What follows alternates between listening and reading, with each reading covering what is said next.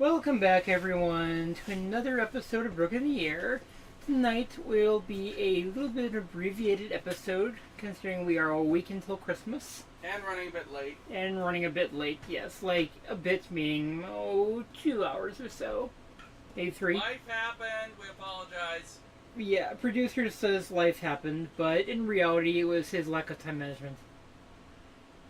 Well, we also had a lot of stuff that was happening. Yeah, to be honest with you, part of the problem was we got home from lunch and I found out that my dear kitty cat had urinated all over my suitcase, my luggage case, my main portable one that I use. So we had to replace that, and then I found out that my carry-on and handheld piece of luggage, the luggage set they got last year from one of my other trips, the first trip that I videoed, went missing. And we don't know where it is. We think it's out in the garage, but it's way too rainy and cold to go check. So, but anyway, we're going to go over the Air Canada Signature Class cabin, a little bit of a preview, considering we're going to be jetting on it. We're getting ready to jet on it this time next week. Now, we don't have to give credit to for any of the pictures because, well, most of these you took. I will give a few of the following to Air Canada's official site. So all credit to them. I take no credit for that. I'm simply using a bit of their marketing, media, PR for marketing, media, and PR. So there's that. Now, the one caveat also is you reviewed the transcontinental, but we're actually doing transatlantic. Yes, I reviewed their Transcon signature service from Toronto to Vancouver. No, I'm sorry, Toronto to Calgary, which is their Toronto to Vancouver service, but they stopped abruptly in Calgary on the way, and then continued on to Vancouver. However, this one will be in the Airbus A330-300 in signature class service from Toronto to Frankfurt. And yes, guys, we are going to try and do videos of the whole thing, except when we're sleeping, because, well, obvious reasons. Now, I'm kind of proud of this. This was taken in Toronto about 10, 12 years ago by one of my friends. This was Air Canada's last A340 600. Sorry. Making sure that we can cycle through things. There we go. We're good. We're happy. Well, now that my producer decided to settle his titties. No. I have calmed the calamity that is my memories. So. Please don't ban us, YouTube. We're trying not to swear. Right. Especially now that as of probably tomorrow morning or so, I will be monetized. Oh! So, yeah, we're also doing some news. So, you've reached the threshold? I have almost reached the threshold. I have like 2 more subscribers to go. So yes, last 2 people, subscribe, seriously. Subscribe, and then for all those who are already subscribers, please, join Patreon. Help provide for the nice lady. If you want us to have a real YouTube setup. Rather than, let's be honest, this is redneck engineering. This is pure white trash. Anywho, yeah, we could actually show you one of these days the entire setup of what it looks like. No, I don't. Well, that might be intriguing to see. So yeah, maybe one day we'll do that. But to give you guys an idea, we kid you not, it's a tiny TV, a webcam, and a laptop, and a microphone. We're not even kidding. So anyway, this is the A340-600, the very last A340-600. And we will not be traveling on this, but I thought it was a nice thing to show, to get the show started. Well, it was one of their workhorses, was it? For a while, wasn't it? This was supplanted by the A330-300. Basically, the only real difference between A330 and A340, as pictured here, is the fact that the A340 has 2 more engines than the A330. That's really the only difference. The A330 actually has a longer range, more fuel efficiency, and has a bit more cabin occupancy. Is it more luxurious though? We will see. No, that's true. Although they have retrofitted a lot of their A330s now. Yeah. When we do everything, I know I'm kind of going a little bit off tangent. We're going to be using 2 GoPros, so we will try and cut the footage together. We make no promises on how long it'll take, but you guys probably expect that based on how long our other stuff is taken. Basically, what we'll do is we'll cut bigger videos and small videos. Yes. So there'll be little chunks, like I'll introduce the lounge, I'll introduce the airport, I'll walk around the airport for a little bit, I'll walk around each airport that we go to, I'll do like intros of different parts, I'll do an examination of the signature cabin, I'll do an examination of the exterior of the plane, everything you can think of. Now, this is also if Air Canada watches this. Please, people, for the love of all that's holy, get back to us and let us know, because we have emailed you twice to make sure we have permission. While we know there is a carte blanche permission in general, we want to make sure everything's copacetic. Because we spoke to your agents on Air Canada customer relations, and she said you might want to go through the media outlets, media relations, media marketing, whatever. So I did that, but she also said that it should be okay. Yeah. We understand it's the end of the year. But anyway, that was our little plea to Air Canada, because we love you guys. You've been seriously, awesome. yeah, your customer service is amazing. Yeah. It's only eclipsed by, say, United. Yeah, seriously. And we know the two of you are like that. Yeah. You cover Canada South, and United covers both the U.S. and everything else.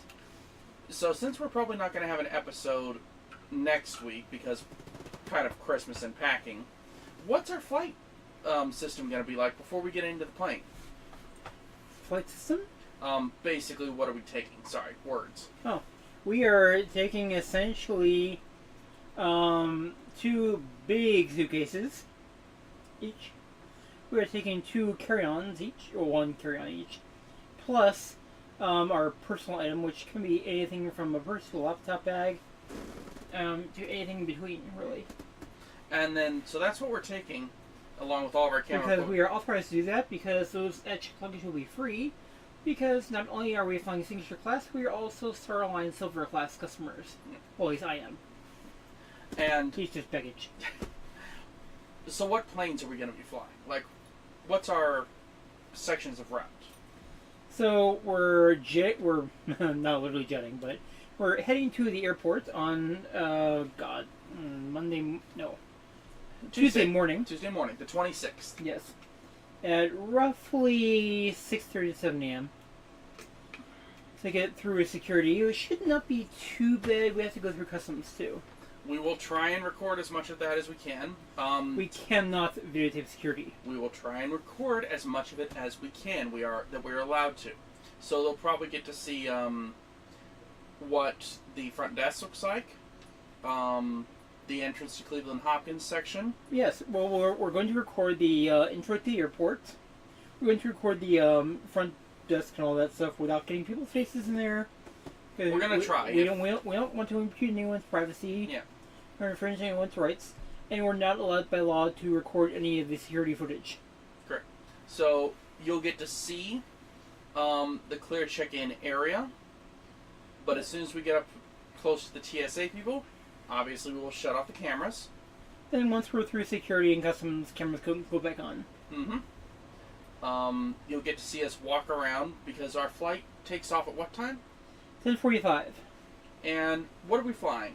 We are flying a Mitsubishi CRJ-700. Not the smallest plane, but still very, very tiny. Yeah. And that is going to take us from Cleveland to where? Toronto. That's just across the lake.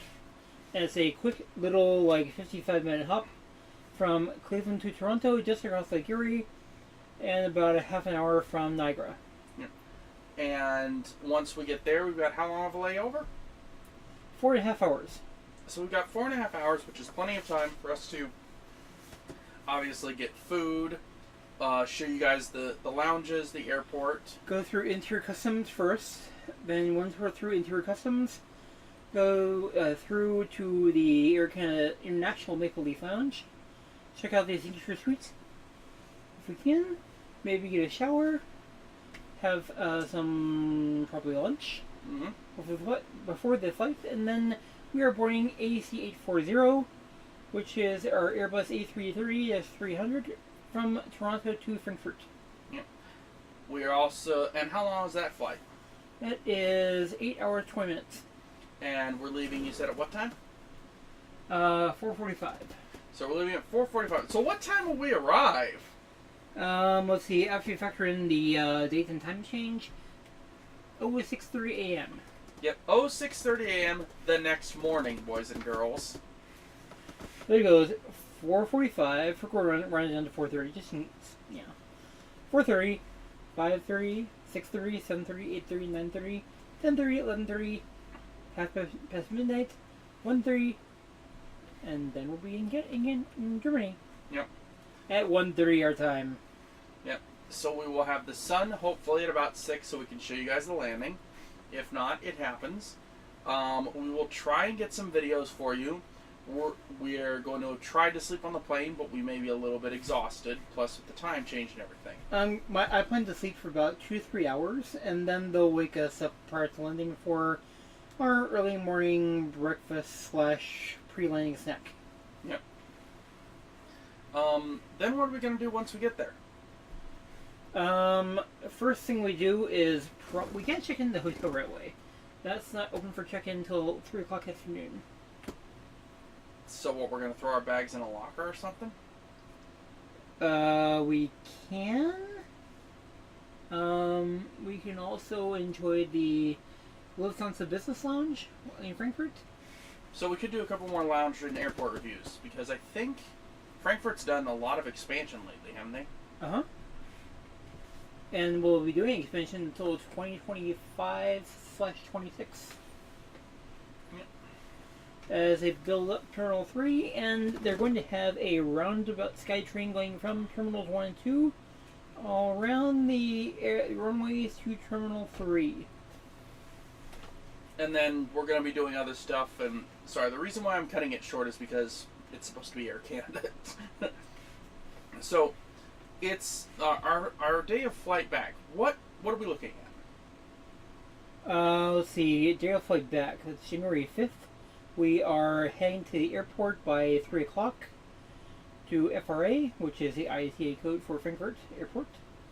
And then we are taking the Boeing 787-9 Dreamliner from Frankfurt to Toronto for another 8.5-hour trip across the ocean in a signature class again. So, and then we've flown back, we've traveled back in time, and we arrive at Toronto, you said at what time? Let's see, we arrive in Toronto at 4:30 in the morning. So we arrived there at 4, I thought it was 4:30 in the afternoon. Anyway, I believe he's not going to let us go? No, I was actually. Our layover is 14 hours, isn't it? No. Oh, we changed it, that's right. Sorry, we did a little bit of modification because originally the flights and everything was supposed to be much worse. Like, we were supposed to go through Frankfurt to Munich to and then fly out. We arrive in Toronto at 7:50 in the evening. Okay, 7:58 in the evening. No, 7:50. Oh, 7:50. Okay, so we arrive at 7:50 in the evening, which is, I believe, after the last flight to Cleveland happened. So that's why we have to stay there. And I've already got our hotel booked, and it's in central Toronto, and for like 13 hours. We always stay in the hotel for about 7-8 hours. And then we can head back to Toronto, get through security and screening, and for a 8:55 a.m. flight from Toronto to Cleveland. Yeah. Now, we would have stayed in the airport, but Canadian airports, much like American airports, kind of are missing that one very important thing. they do not have on-site hotels. Which... Now, they have a hotel on the property, but I wouldn't call that suitable for human habitation. It's not like if we went to Singapore. Right. Or Istanbul. Yes. So then, we fly out of there at 8:50, and we're back here... What? At 6:30 in the morning. Wait, I thought you said we flew out at 8. Wait. No, wait. We're back here at 10 o'clock in the morning. Okay. So literally we arrive here about almost the same time that we took off. Which, funny thing is, my guess that same plane is going to take off at 10:45 to go back. 11:45. That's to give the pilots and crew. Yeah, that's true.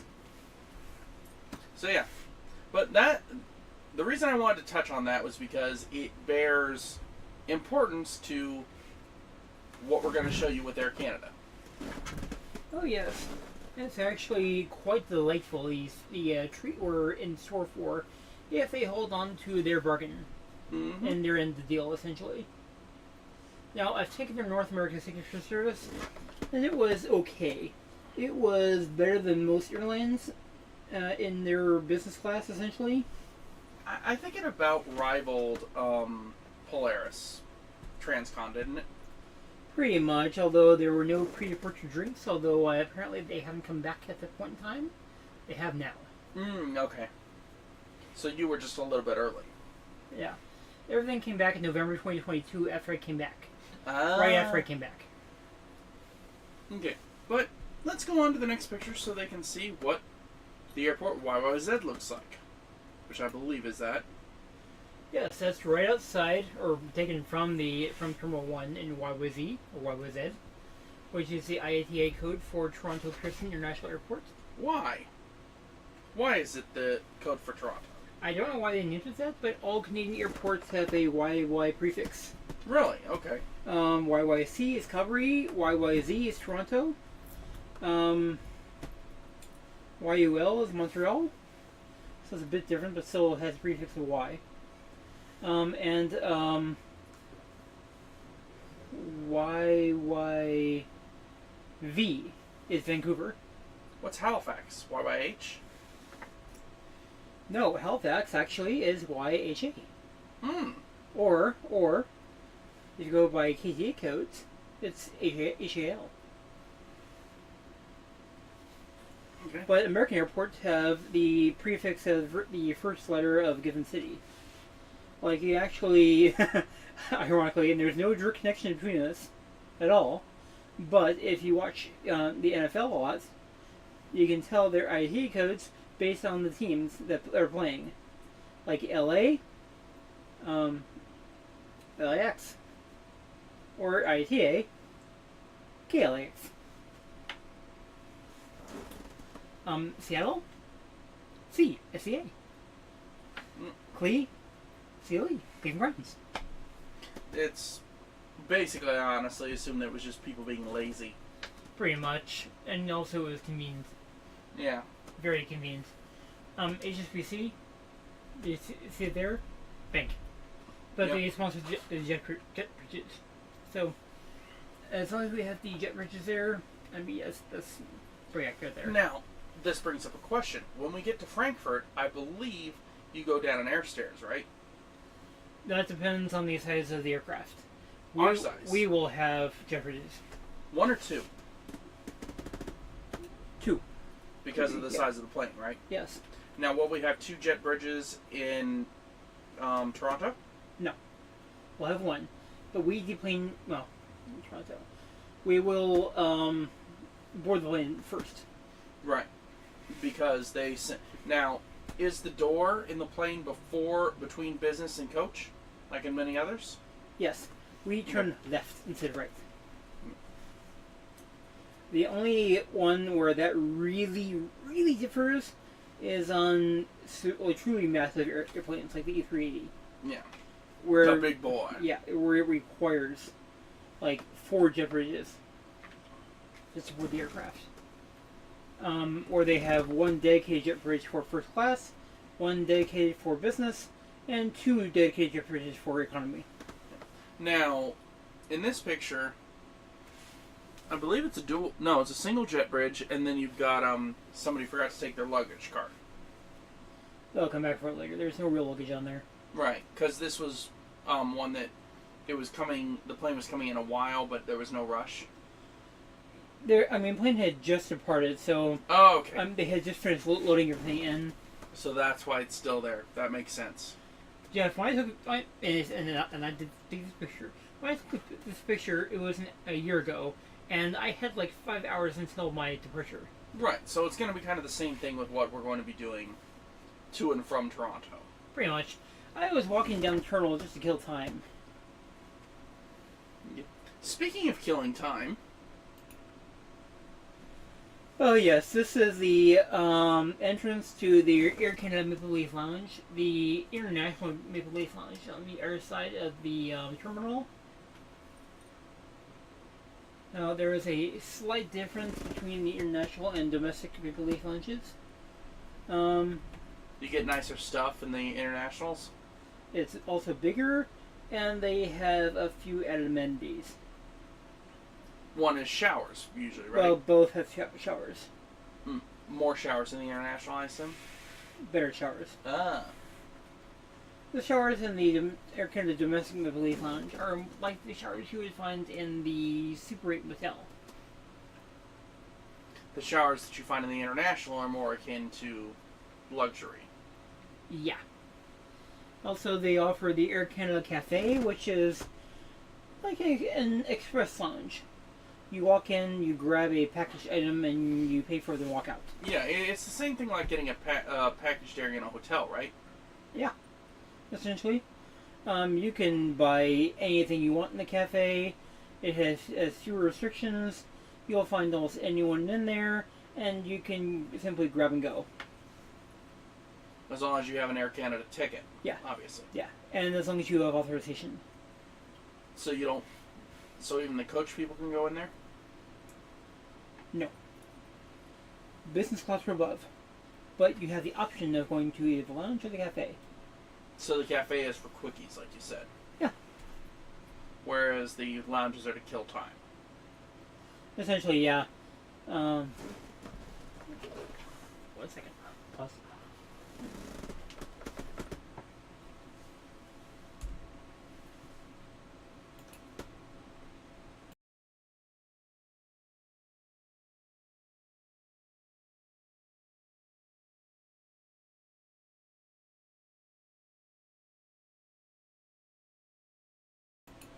Unmuted.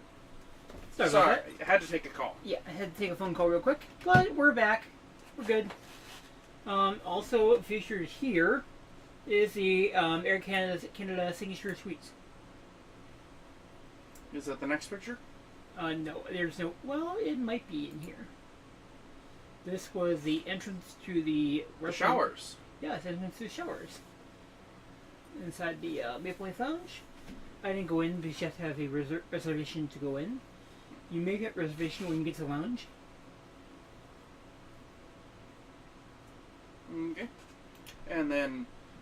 You the tarmac with the once great SAS Airlines. Okay, how long have we been on? I have to check something. I have a reason for checking. Alright, we've been going. It's shitty air service. Now, at one point in time, SAS was actually a really great and acclaimed airline. Oh, you mean when they were part of the Star Alliance? Yeah, they technically still are part of the Star Alliance, but they started transitioning out into One World. And right now, there's almost no point in taking like SAS Airlines. Unless you need to check it off your bucket list. Right. Now, in the background, you can see Air Canada's central maintenance facility with various kinds of hangars. Oh, sorry. I did not mean to click that. Yeah.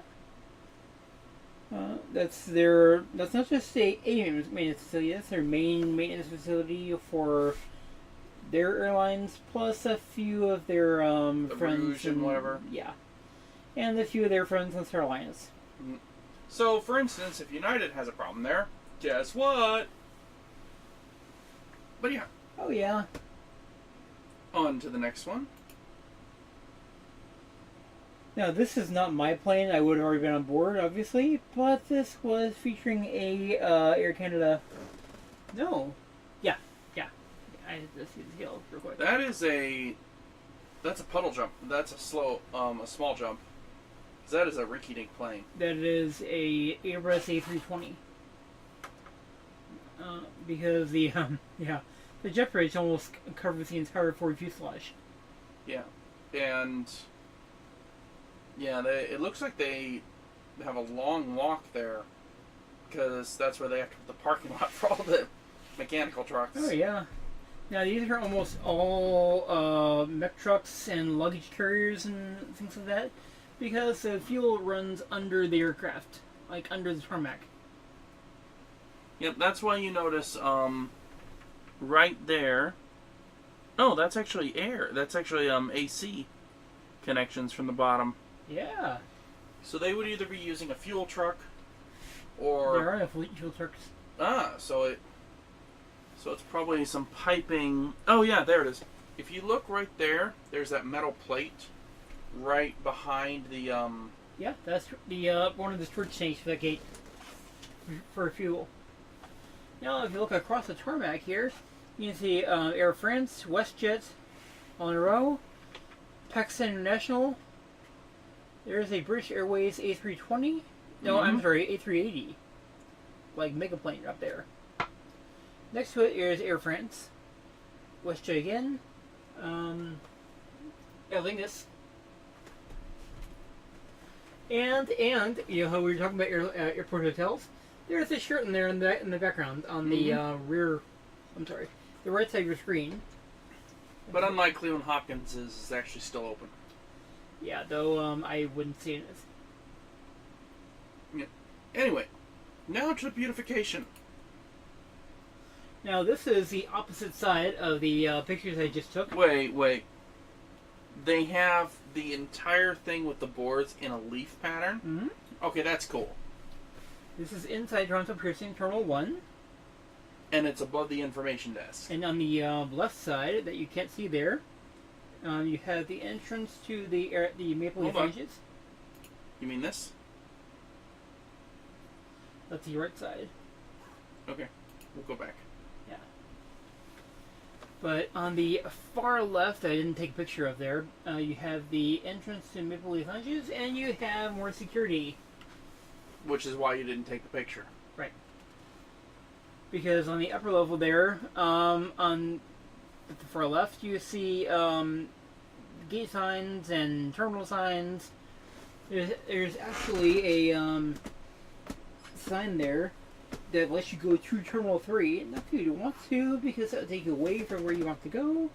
But, I mean, you could get to Terminal 3 from there. But yeah, going back to the other picture that we touched on for a second. That would be what? Just a little buying kiosk and currency exchange. Currency exchange, and they have, yes, kiosks with luxury goods that are technically duty free, right? duty free, yes. Duty Right. free prices, pre-Hortuxes. So now that we've touched on the Interior Airport. Terminal 1, yeah. the airport itself, next we have the plane. Now we have the interior of any given Air Canada signature class seat. Now that fabric background is actually really comfy on the seat, and it does extend to a full bed, a 6-foot 8-inch bed. Just for those of you who like to sleep weird, we'll do more review of that, especially I will, because I sleep weird. That's putting it mildly. I'm a stomach sleeper, what do you want? So they give you a pillow, bedspread, and comforter. And although you're not supposed to take the pillow and comforter and bedspread with you, but I tend to take the pillow and mattress or pillow and comforter. The bedspread I care less about. That's fine. Well, they also don't really mind, I don't think, because it saves them on laundry. It does, and I mean, it saves the customer from having to get all new stuff, like having to worry about being infected by bugs. Yeah. I mean, I am proud to say I've used my Air Canada comforter at least 1,000 times over, and it is handy to have on almost every venture where you're leaving your house. And now to see the top of the seat. So that's your little head flap or headrest flap on the seat. It does move, but I mean it doesn't really interfere with anything. It's probably also so it's easier to wash off. It is. It's actually really comfy, really cozy, especially like putting your pillow back there. I mean, it sticks to the pillow, and that's really nice. But all right, continuing on to more of the seat. So obviously that's my little package here, but when you're seated, they do give you a great little amenity kit. Now this obviously is Etihad's, but they do have the same color, the same style, not really the same stuff inside it, but I mean a lot of it is very similar. Which you will do a full amenity kit review. Yes. And we can actually, this is a good thing we're both going, because do they do gender-specific ones? No. Okay. Because I know some of them do. That's why I figured I'd ask. Oh, some do, but not Air Canada. Yeah. And then, of course, we have bought headphones, but if they don't come in... The Air Canada does supply noise-canceling headphones to signature class customers. Which, the nice part is, we can sit there and we can compare. Yeah. Now, I have yet to find a airline headphone set that actually is nice, comfy, and cozy, and supplies noise canceling and good sound. But I didn't really, admittedly, I didn't take these out of the package last time. I left them in the package because honestly, I had my own headphones, and I was going to sleep and eat, and God, did I get drunk. Which may or may not happen again. Anyway. A little bit of the foot area yes. and there's the actually table. under the table here in the shadowy area. There's a little ottoman that a foot fold out, basically. Basically a foot fold out, yes. That provides the area for your seat to fold out, and it connects with the ottoman, so it turns into a fully flat bed. So that's why the seat doesn't have to be so long, because that fills the other part for the 6 foot 8 inch bed. Yes. And they provide you water, although that's probably changed a bit since then. So looking forward to that. And they provide you with your reading material down there in the little cubby hole section. Yeah. And of course, your hostess! With the hostess. So yeah, this way you can see the drink that they serve, see a little bit of the background, and of course, her headphones. My headphones, yes. Those were mine, which I bought at the time. Yeah, those are the Sonys, aren't they? Uh-huh. How good were they? They're okay. I give them about a 6 out of 10. We'll be reviewing a lot of this stuff. So speaking of other reviews, the storage space. Oh my god, I remember taking a picture of this. I had to, because the storage space is massive. You can fit a child in here. So what you're saying is we could fit the fur child in there. We could fit 10 for children in there. I mean, you could fit like all of your crap in there that you could think of. Like, you easily get 2 to 3 times the space that an economy passenger gets. I mean, economy passengers, they will claim that they don't care, that they just want to get from A to B. They're accustomed to how awful airplanes are. They don't know the joy of flying in first class. Yeah. So for all of you who think that it's not an absolute joy, it actually is. And this will be both of our first transatlantic first class flight.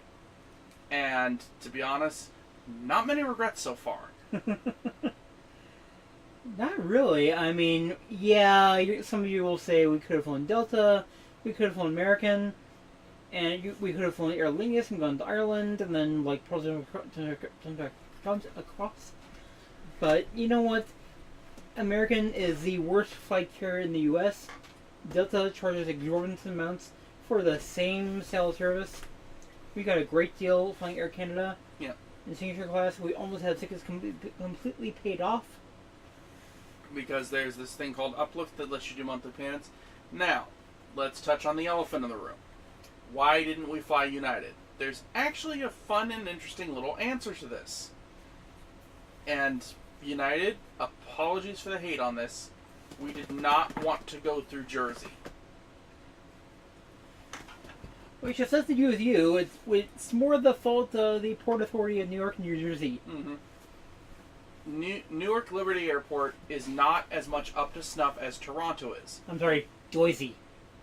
Mind you, if something happens, and we'll tell you guys more about it on the way back, and when we get back, there may be a United Polaris flight sometime in the future to Germany. That However, is all I'm going to say. When we come back, I have a ton, well, I'm not going to say ton, I have several small, like, puddle jump flights scheduled on United from here to, like, New York, Seattle,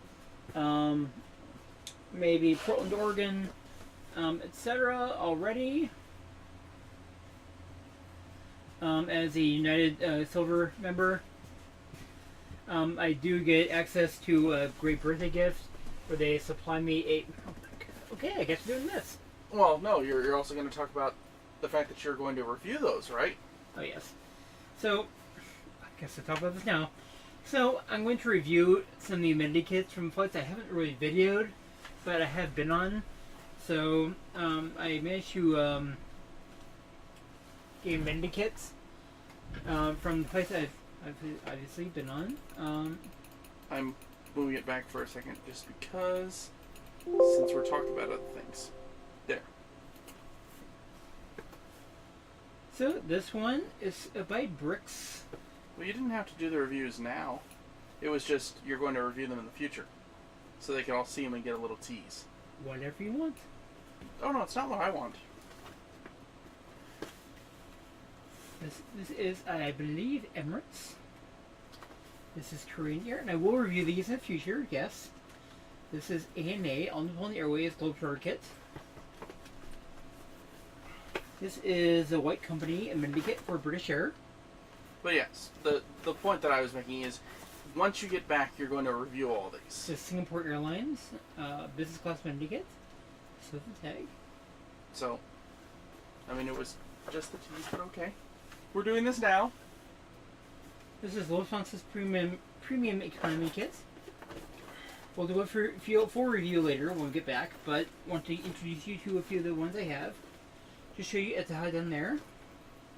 And I assume you're probably going to do a compare and contrast, because since we'll have the Air Canada, we can set them all side by side and go, hey, look!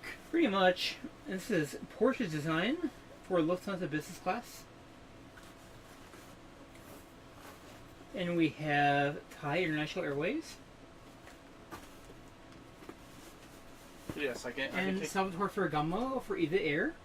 Another one of Korea's finest. I'm sorry, not Korea. One of Asia's? Taiwan. And then we have United, their hard case kit. Their away bag. But yes, you were saying... one more. No, a couple more. Then we have mini kit for, I believe this is...